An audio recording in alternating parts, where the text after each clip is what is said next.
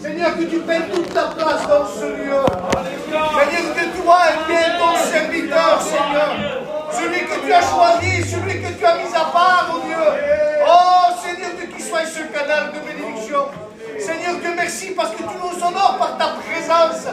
Seigneur Dieu, à travers ta parole qui va être annoncée, les liens vont tomber, les chaînes vont se briser, parce que c'est ta parole, Seigneur Dieu. Bénis Isaac pour nous, Seigneur Dieu. À ton nom toute la gloire, oh Dieu. Alléluia, Amen. Voilà, gloire au Seigneur. Que Dieu soit béni cet après-midi, que Dieu soit glorifié. C'est avec joie et honneur que je me fais d'être ici parmi vous. Merci pour l'invitation.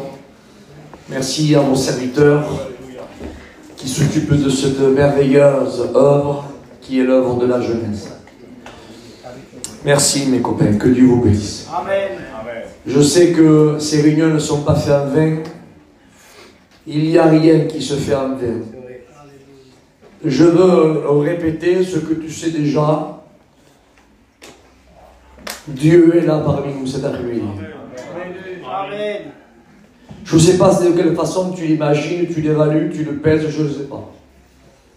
Mais je voudrais que tu l'évalues, que tu le pèses à sa juste valeur. Si tu l'évaluerais, tu le pèserais à sa juste valeur, tu ne serais même pas assis là. Tu serais à genoux à plat ventre.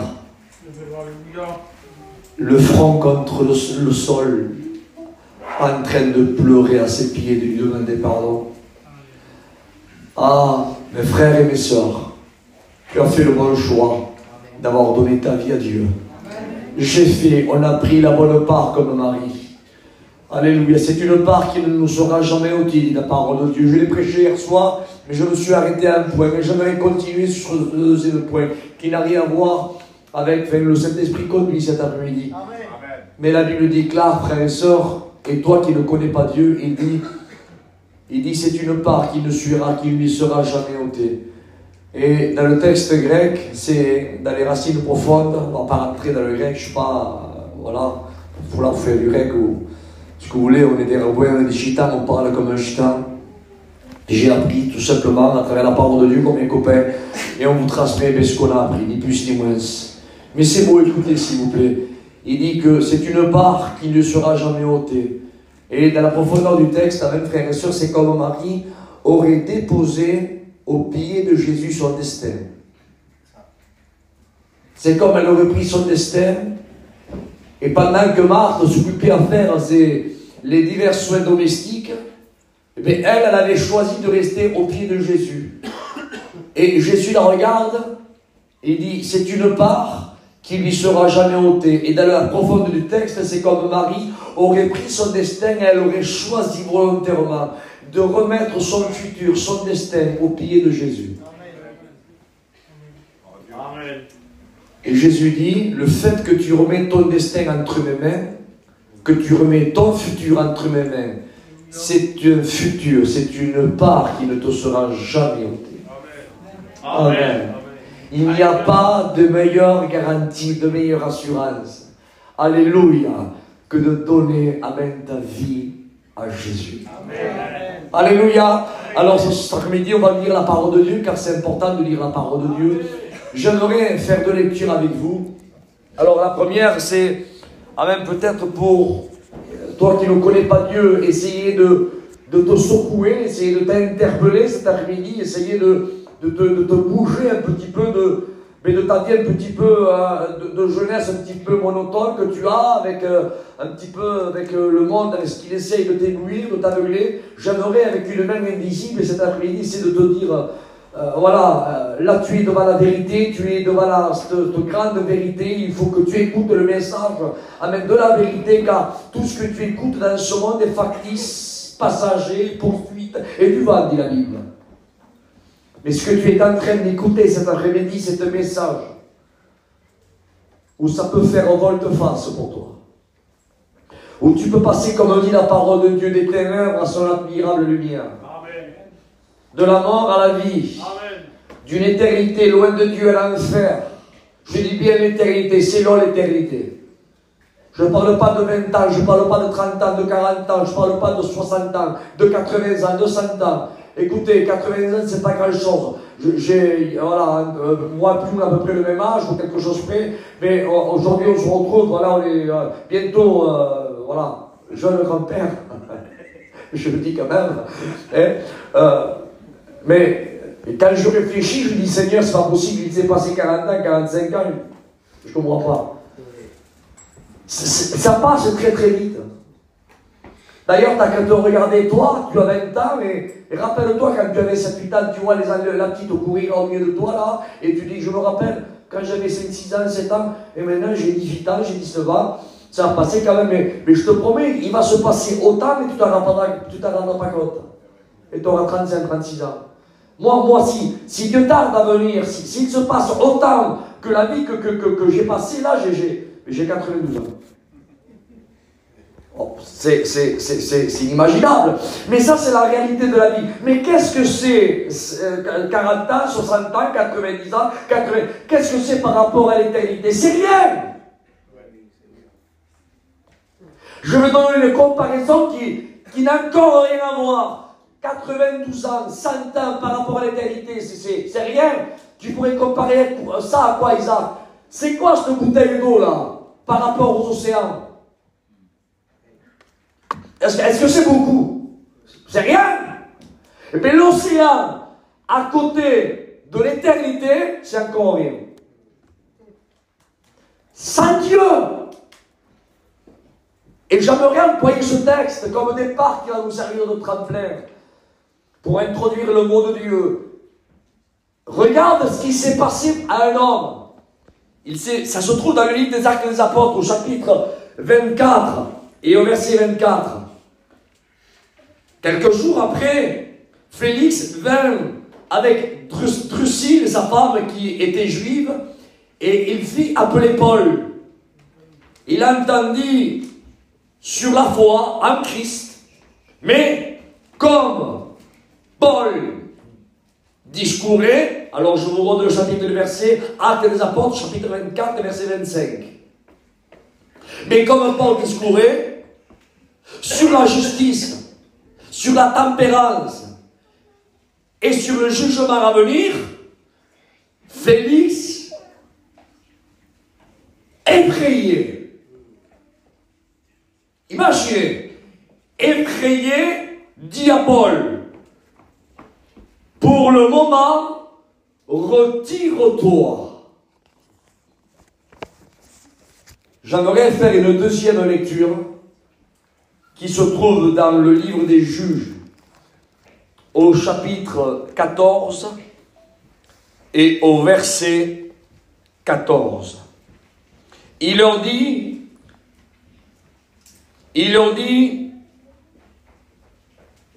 encore une énigme, de celui qui mange est sorti celui qui se mange, et du fort est sorti le doux.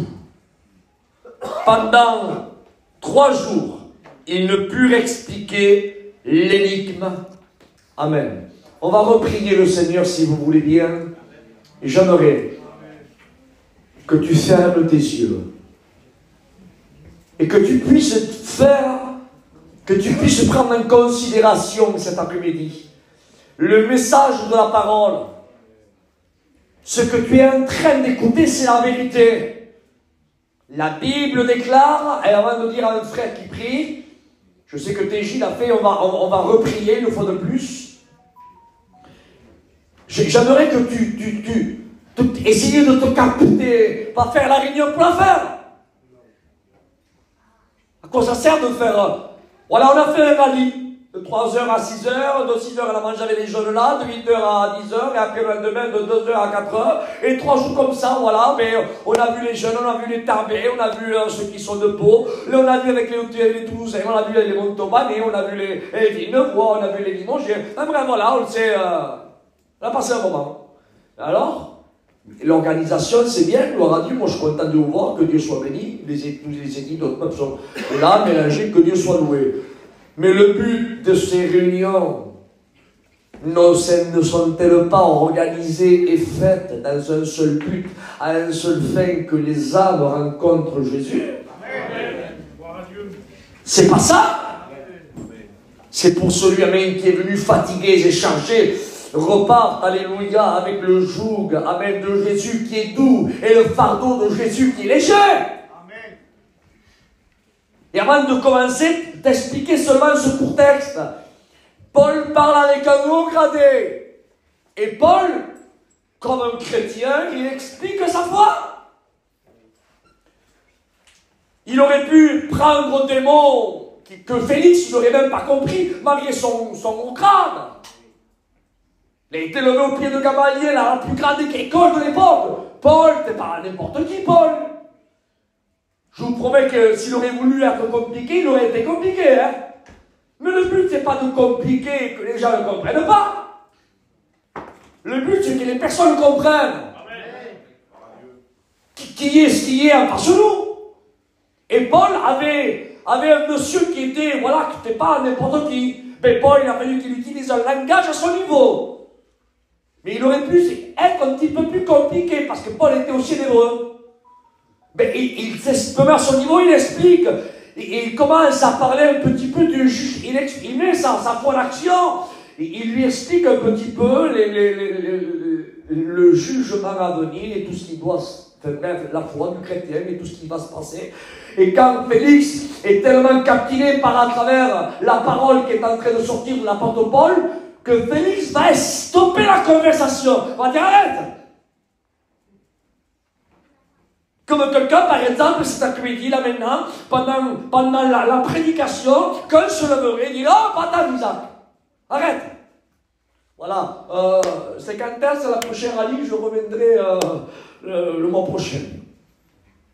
Comme quelqu'un qui prendrait peur, quelqu'un qui prendrait conscience. Eh bien, Félix a pris conscience de la gravité de la situation, déjà à son époque. Avant d'aller plus loin dans le message, je voudrais te dire ceci pour que tu puisses comprendre que tu ne joues pas n'importe quoi. Que tu ne joues pas, je ne sais pas moi, tu ne joues pas le téléphone. Tu ne joues pas l'ordinateur, tu ne joues pas tu joues l'éternité. L'éternité, mais non Isaac, l'éternité c'est pas pour moi. Si, l'éternité c'est pour toi.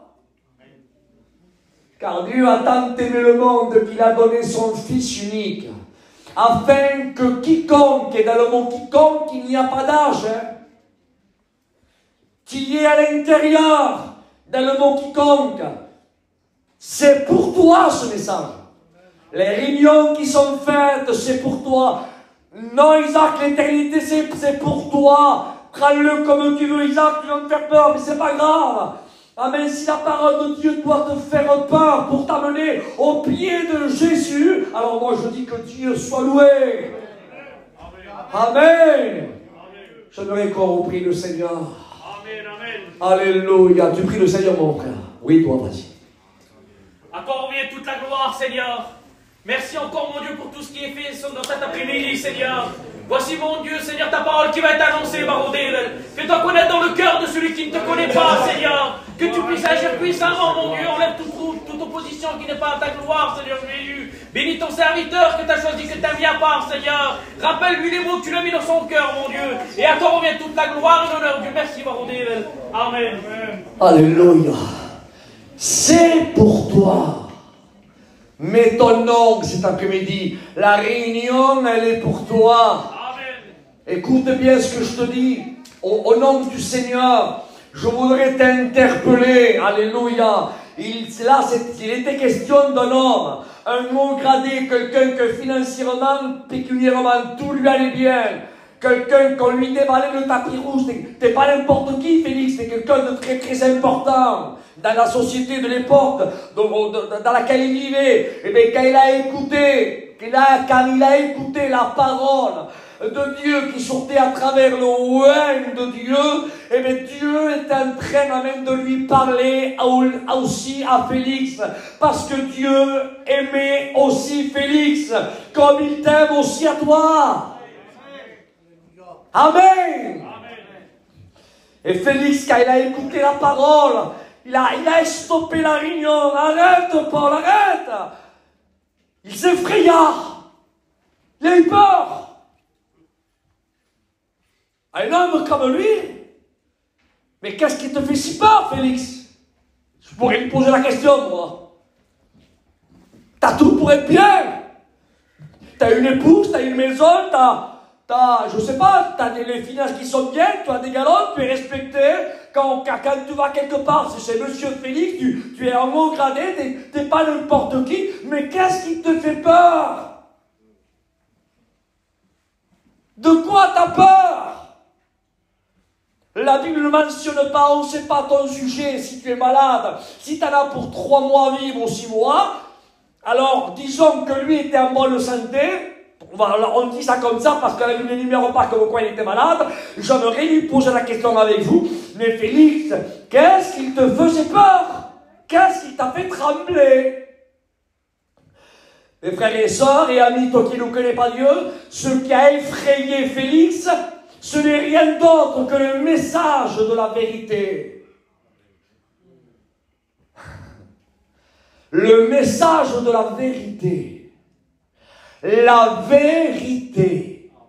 La vérité, ce n'est pas quelque chose. La vérité, c'est quelqu'un. Alléluia. Amen. Et la vérité, elle est là. C'est la parole de Dieu, c'est Jésus. Tu peux te cacher là où tu veux. Écoute bien ce que je te dis. Tu pourrais prendre l'avion et monter dans le cosmos, là où les astronautes n'ont jamais mis les pieds. Ah, tu pourrais peut-être te cacher au fin fond de l'espace, là où il y a les trous noirs, là où il y a des galaxies qui sont encore pas inexplorées. Tu pourrais te cacher là-bas en haut, là-haut très très haut. Tu pourrais aller là jusqu'aux racines des montagnes comme a descendu Jonas dans le ventre du poisson sous l'océan. Ah, tu pourrais descendre à la fosse de la Marianne qui mesure plus de 10 km de profondeur. Tu pourrais te cacher là où tu veux. La vérité, tu ne pourras pas la cacher. Amen. Écoute ce que je te dis, la vérité, tu ne pourras pas la mettre de côté, tu ne pourras pas faire la sourde. La vérité, elle te poursuivra. Tu m'écoutes ce que je te dis? Elle te poursuivra. La vérité. Et t'as beau faire la sourde oreille pendant tous les jours des réunions. T'as beau, quand je dis monter à l'espace jusqu'aux racines de montagne, t'as bien compris que c'est une métaphore. Je vais le dire dans un langage de jeune. Hein? T'as beau faire la sourde oreille, t'as beau prendre ton beau véhicule cabriolet, ta bonne liage de billets, ta belle Rolex, ta poignée, ta bonne partie, faire des bonnes soirées là-bas, faire des voyages, tu peux faire ce que tu veux pour fuir le message de la vérité, mais tôt ou tard, tu seras confronté devant le message de la vérité. T'as beau faire ce que tu veux, le message de la vérité te confondra. Et la Bible dit que toute langue confessera, tout genou fléchira. Tu ne pourras pas dire « je ne le savais pas ». Tu ne pourras pas dire « le message n'était pas pour moi ». Tu ne pourras pas dire « ah, personne ne m'a parlé de toi ». Tu ne pourras pas dire « eh bien, les serviteurs ne s'occupaient pas de moi ». Tu ne pourras rien dire. Tu seras devant la vérité. Et la vérité sera en train là de te dévoiler ta destination finale. Comme dit la parole de Dieu, il y a 2 chemins. Large et spacieux, ou alors resserré et étroit, mais qui mènent au salut. Dans quel chemin te trouves-tu? Je bénis Dieu pour celui qui se trouve dans le chemin étroit. Amen. Amen. Mais toi, cet après-midi, tu as l'occasion et le privilège. Tu es peut-être dans ce chemin large. Qui que tu sois, Isaac, c'est pas pour moi, j'ai 15 ans. Mais pas ton âge. Isaac, c'est pas pour moi j'ai 13 ans. Il y avait un garçon, je ne dirai pas son prénom. À 10 ans, écoutez, à 10 ans, il a été ravi au ciel. Et à 10 ans, il a vu son nom qui était moitié effacé dans le livre de vie, à 10 ans. Et tu me diras, Isaac, il y a un âge dans la parole de Dieu, mais c'est l'âge de raison. Du moment où tu connais le bien et le mal, du moment où tu sais qu'est-ce que c'est mentir et dire la vérité, de faire du bien ou de faire du mal, à partir de ce moment-là, le péché suit de ton cœur, ton esprit, et a autorité et pouvoir. Est-ce que tu comprends? À partir de ce moment-là, tu as besoin de Dieu, que tu aies 12 ans, 13 ans, 14 ans, que tu aies 11 ans, 10 ans, que tu es du moment où tu es dans l'âge de raison, tu as besoin du message de Jésus. Et si tu es dans ce chemin large et spacieux, alors cet après-midi, je voudrais t'interpeller au nom de Jésus. Fais un stop. Stop. Il ne faut plus que tu sois hydrofugé. Regarde là un païen, quelqu'un qui n'est pas né dans l'évangile comme toi. Il était marié à une juive, c'est vrai. Il ne faut pas le dire, c'est écrit dans la parole de Dieu. Mais il y a une différence entre Félix et toi. Toi, quand tu regardes l'album des photos de tes parents, tu te dis, regarde là, ça, là, tu vois là dans le berceau, là, c'est moi. Toi, tu veux dans le berceau, là, c'est moi. C'est passé 15 ans, 20 ans, 25 ans, 28 ans, 30 ans, 35 ans. Tu vois là dans le tapis, mais là, derrière, on ne se voit pas, mais là, tu vois la main, là, c'est moi. Tu es né dans l'évangile, tu es né dans la parole de Dieu. Tu es né dans les réunions des enfants, dans les réunions de jeunesse, dans les rallyes de jeunesse, dans les réunions le mardi, jeudi, samedi. Tu es né au culte, tu es né dans les conventions, dans les rassemblements. Écoute, tu connais, tu as entendu parler de Jésus.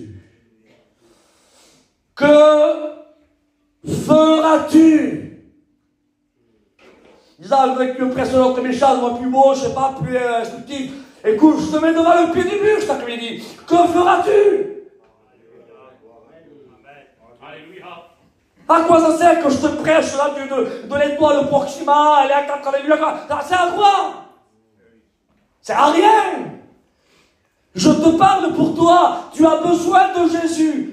La mort, elle peut frapper à ta porte ce soir, demain, après-demain. Mon petit neveu, j'ai dit le petit, c'est comme un neveu, il a prêché, bientôt peut-être, Dieu sait tout. Il a témoigné, il a dit, et j'ai entendu la voix comme quelqu'un de la mort. Normalement, quand on a 18 ans, 20 ans, 22, 23 ans, on ne pense pas à mourir. Et pourtant, la pensée, elle vient. J'avais personnellement 18 ans, j'avais mon permis. Et pendant que j'étais en train de conduire, j'étais en train de travailler, dans une pente, j'étais peut-être à 135, 140 km/h, et une voix interne était en train de me dire, jette-toi contre un platane. Voyez si c'est vrai, c'est un homme, ferme les yeux, compte jusqu'à 10, on va voir si c'est vraiment quelqu'un. Vas-y, essaie de le faire. Mais il y avait, comme mon petit neveu a dit, il y avait comme les prières de nos mains et de nos familles qui nous maintenaient, que Dieu ne permettait pas. Mais je comptais, cet moment je l'ai fait, là en train de conduire, j'étais là, je fermais les yeux, 1, 2, 3, 4, 5, et je voulais arriver jusqu'à 10, le diable était en train de faire avec moi un défi, je comptais, et arrivé presque à 10, j'étais presque prêt à la moitié de la main, et je retourne le véhicule comme ça. Le diable voulait ma mort, comme il veut ta mort. Comme il te dit, pourquoi tu vis? C'est quoi ta vie? Regarde. Ah, ta cousine, elle, oui, regarde, t'as vu tout lui sourit. Ton cousin, lui, oui, t'as vu tout lui sourit. Il a des parents qui sont riches, il peut se payer ceci, se payer cela. T'as vu, là, elle est dans les restaurants, tout là-bas. Elle a pris un ticket pour Walt Disney, elle dort pas n'importe où, hein. Elle dort à tel et tel hôtel. Elle a pris le grand séjour en pleine période de Noël. T'as vu, après, elle va au ski, elle va là. Oui, mais toi, pourquoi tu vis, toi? Tu veux que le diable ne te parle pas comme ça? Pourquoi tu vis? Regarde, tu ne vois rien. Tu veux faire quelque chose devant moi. Peut-être ton père, tu ne vois pratiquement jamais. Ta mère et tes parents, peut-être. Alors ça, je dis ça, vous n'avez blessé personne. Hein. Devant le Seigneur, que c'est vrai, c'est mon cœur qui parle. Mais peut-être tu viens dans une situation d'un foyer divisé. Ton père et ta mère là, sont divisés, sont divorcés. Ta mère, peut-être elle n'est plus là. Ton père, il est plus là. Pourquoi tu vis? Pourquoi? T'as vu comme tu trimes? En plus, t'avais un tel là-bas, tu es sur le Parlement, on se moque de toi, on te pointe du doigt, parce que t'as vu comment t'es, hein? Et surtout récemment, le diable te parle d'une façon. Parce qu'il veut ta perte. Il veut que tu te fasses du mal. Un jour, je suis rentré dans le camping d'une adolescente, elle avait 16 ans. Et quand j'ai ouvert la porte comme ça, parce que le Saint-Esprit me disait, va au petit camping, va. Et à un certain moment, l'Esprit me parlait tellement fort que je suis rentré, j'ai ouvert la porte sans frapper, parce que c'était quelqu'un de proche de moi. Et en ouvrant la porte comme ça, elle avait un tube de cachet dans sa main. À 5 secondes près, elle avalait le tube de cachet. Elle a peur qu'elle avait 15 ans et demi. À 15 ans et demi, on ne pense pas au suicide. À 15 ans et demi, on a plus de projets que ça. Mais voilà le monde, ce qu'il te donne. Voilà dans quelle situation tu te trouves. Et peut-être là, tu te fais la forte. Tu te fais le fort devant parce que tu es venu au rallye de Toulouse. Ah, on va se régaler, il va y avoir des chanteurs. Viens, on va se régaler comme ça, on ira après un petit restaurant, on fera. T'as beau à faire ceci, t'as beau à faire le beau sourire, t'as mis peut-être tes plus beaux amis, t'as foutu un petit coup de pied à la valise, t'as sorti là, le grand cinéma, mais à l'intérieur de toi, tu es meurtri. À un tel point que tu te dis à quoi ça sert que je vienne au rallye, je vais écouter la parole de Dieu cet après-midi, je vais aller là-bas tant de kilomètres, je vais gaspiller. Et à quoi ça sert, Gaëté, ma vie ne vaut rien. Demain, je vais reprendre la routine. Après-demain, je vais reprendre la routine. Et après, je vais voir mon père comme ça, ma mère comme ça. Je vais voir, à quoi ça sert? La véritable solution pour moi, c'est que mon cœur cesse de battre en dormant. Ah! Combien de jeunes ont pensé comme ça, et peut-être tu penses comme ça. Mais la réunion cet après-midi, elle est faite. Alléluia. J'aimerais dire, moi, je le dis avec moi, tel que je suis, la réunion, elle n'est pas faite pour toi cet après-midi. Tu crois qu'elle est faite pour toi? Mais non. La réunion, elle n'est pas faite non plus pour moi. La réunion, elle n'est pas faite pour celui qui est chrétien ou chrétienne. La réunion, là, elle est faite pour toi. Toi qui ne connais pas Dieu. Amen.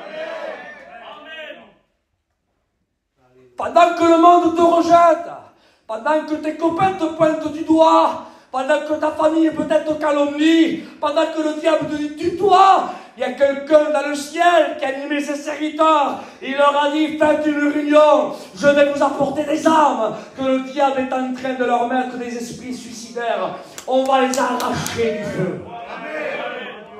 Et tu te trouves ici cet après-midi. Alléluia, parce que Dieu t'aime. Dieu t'aime. Mais Isaac, tu m'annonces ce message de vérité. Et après, c'est quoi la vérité encore? Dis voilà, maintenant que tu expliques-moi, je vais te le dire. La vérité, c'est qu'il faut que tu sois sauvé. Alléluia, et ça a été dit par Pieux, on n'est pas là pour toucher vos sentiments, on n'est pas là pour créer l'émotion, on n'est pas là pour faire jouer aux mains levées, on n'est pas là pour vous le faire lever de votre chaise, de vous faire venir ici devant, de vous faire mettre à genoux. Si je veux, je le fais. Ben, je le fais, Pieux, hein. J'ai la liberté, vous le donnez, les frères. Je pourrais avoir la liberté, moi, cet après-midi, je la prends. Je dis, allez, que les filles se lèvent, s'il vous plaît. Allez, s'il vous plaît, faites-le. Alors, vous verrez les filles se lèveraient. Allez, ben là, soyez-vous. Allez, que les garçons se lèvent. S'il vous plaît, faites-le pour moi. Allez, soyez respectueux. Soyez respectueux, vous allez le faire.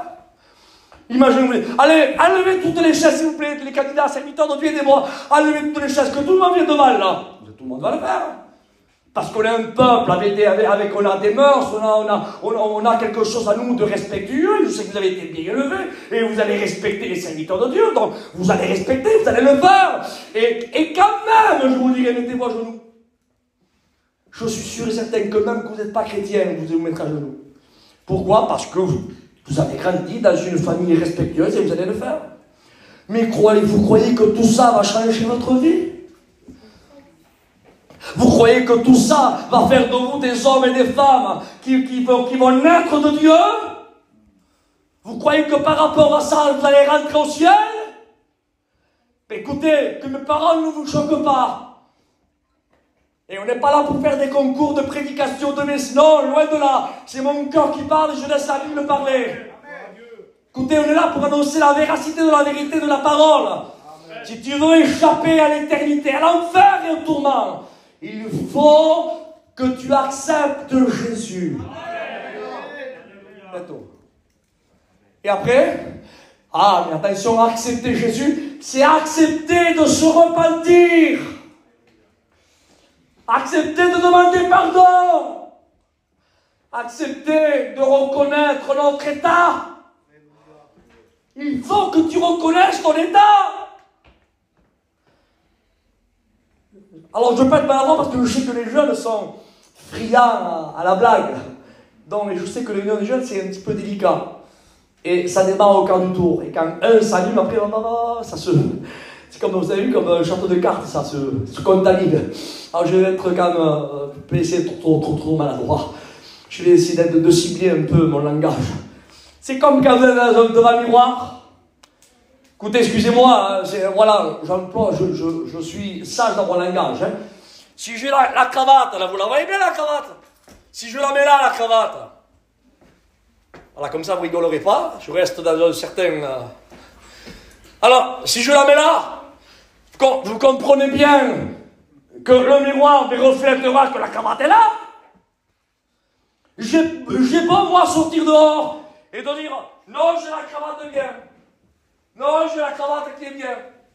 Non, j'ai la cravate qui est bien. Et tout à coup, je repars devant le miroir. Et je fais ça devant le miroir et le miroir reflète la cravate qu'elle est là. Donc, ça veut dire ce que ça veut dire. Ça veut dire que t'as beau penser ce que tu veux, t'as beau te dire ce que tu veux, le miroir de la parole te dira toujours la vérité. Et le miroir te dira si tu es sauvé ou perdu. Et le miroir de la parole, amen, te dit que sans Jésus, tu es perdu. La Bible dit que celui qui a le Fils a la vie. Amen. Celui qui n'a pas le Fils n'a pas la vie. Alléluia. Il faut que tu acceptes Jésus. Mais Isaac, j'ai levé ma main. Isaac, je me suis levé de ma chaise. Gloire à Dieu. Si après il y a un appel, je ne sais pas si les frères continueront après ou demain, après, je ne sais pas. Je ne mets pas dans l'organisation et dans la façon que les frères font. C'est vrai que je vous dis, c'est sincère. Moi, c'est mon cœur qui parle comme tous les frères. Mais je vous dis que peut-être tu te dis, Isaac, j'ai beau lever ma main, je me suis levé de ma chaise, il n'y a rien qui se passe. Mais parce que le Seigneur, il ne veut pas ta main. Tout simplement. Le Seigneur, il ne veut pas ta position qui était assise et maintenant t'es levé.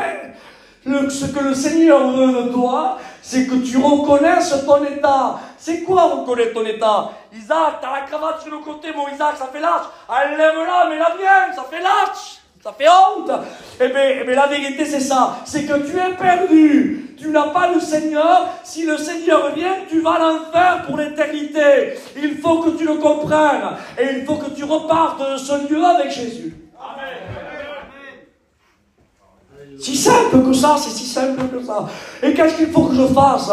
Que tu te repentes, demander pardon à Dieu. Demander pardon à Dieu. Trop de personnes viennent aux réunions pour voir. Il n'y a rien à voir. Amen.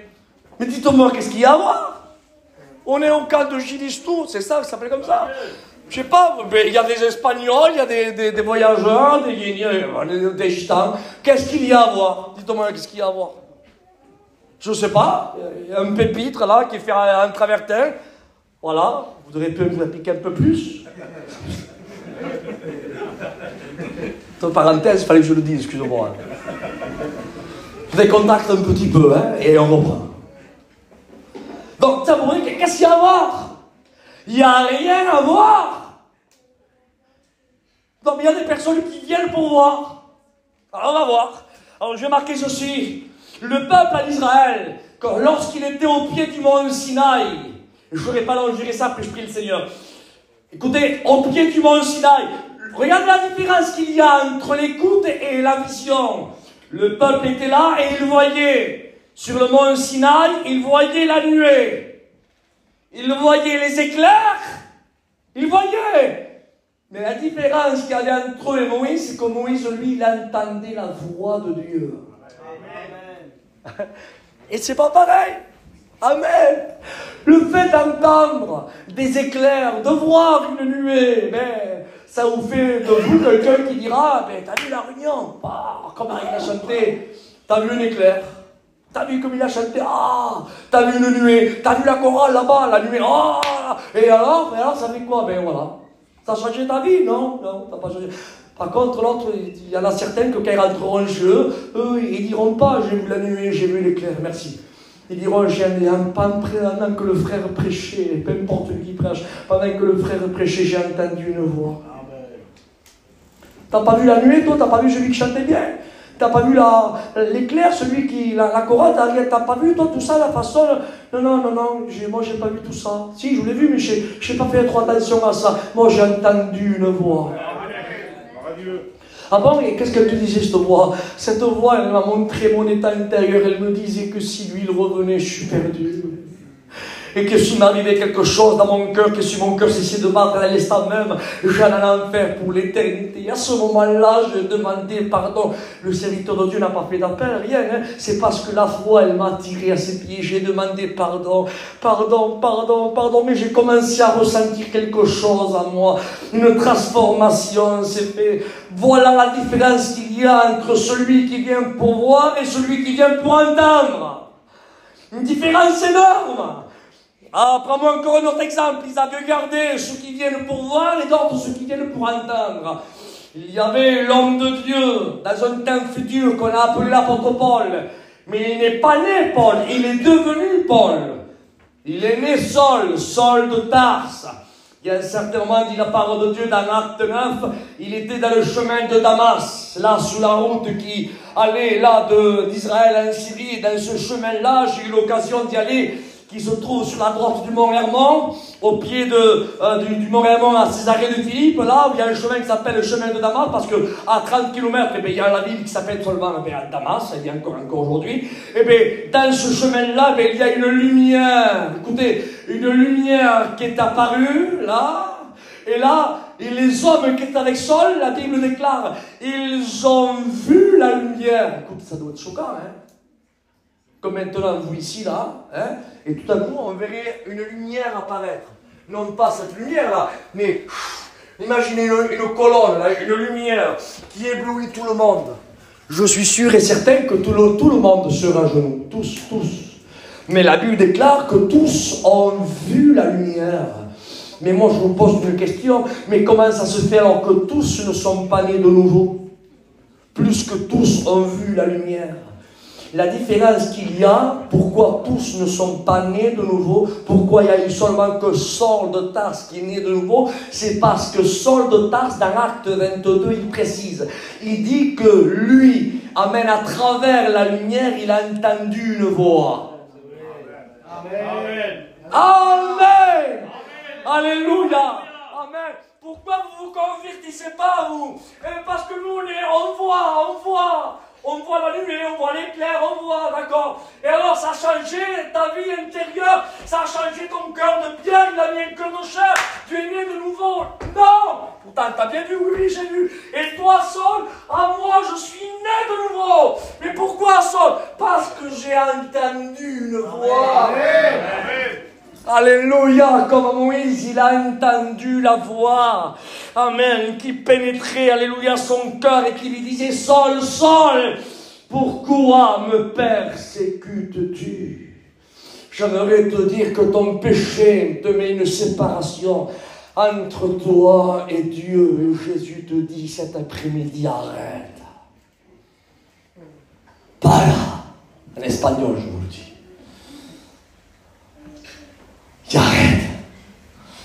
Arrête, stop, va pas plus loin, arrête, c'est important, l'éternité est importante, arrête,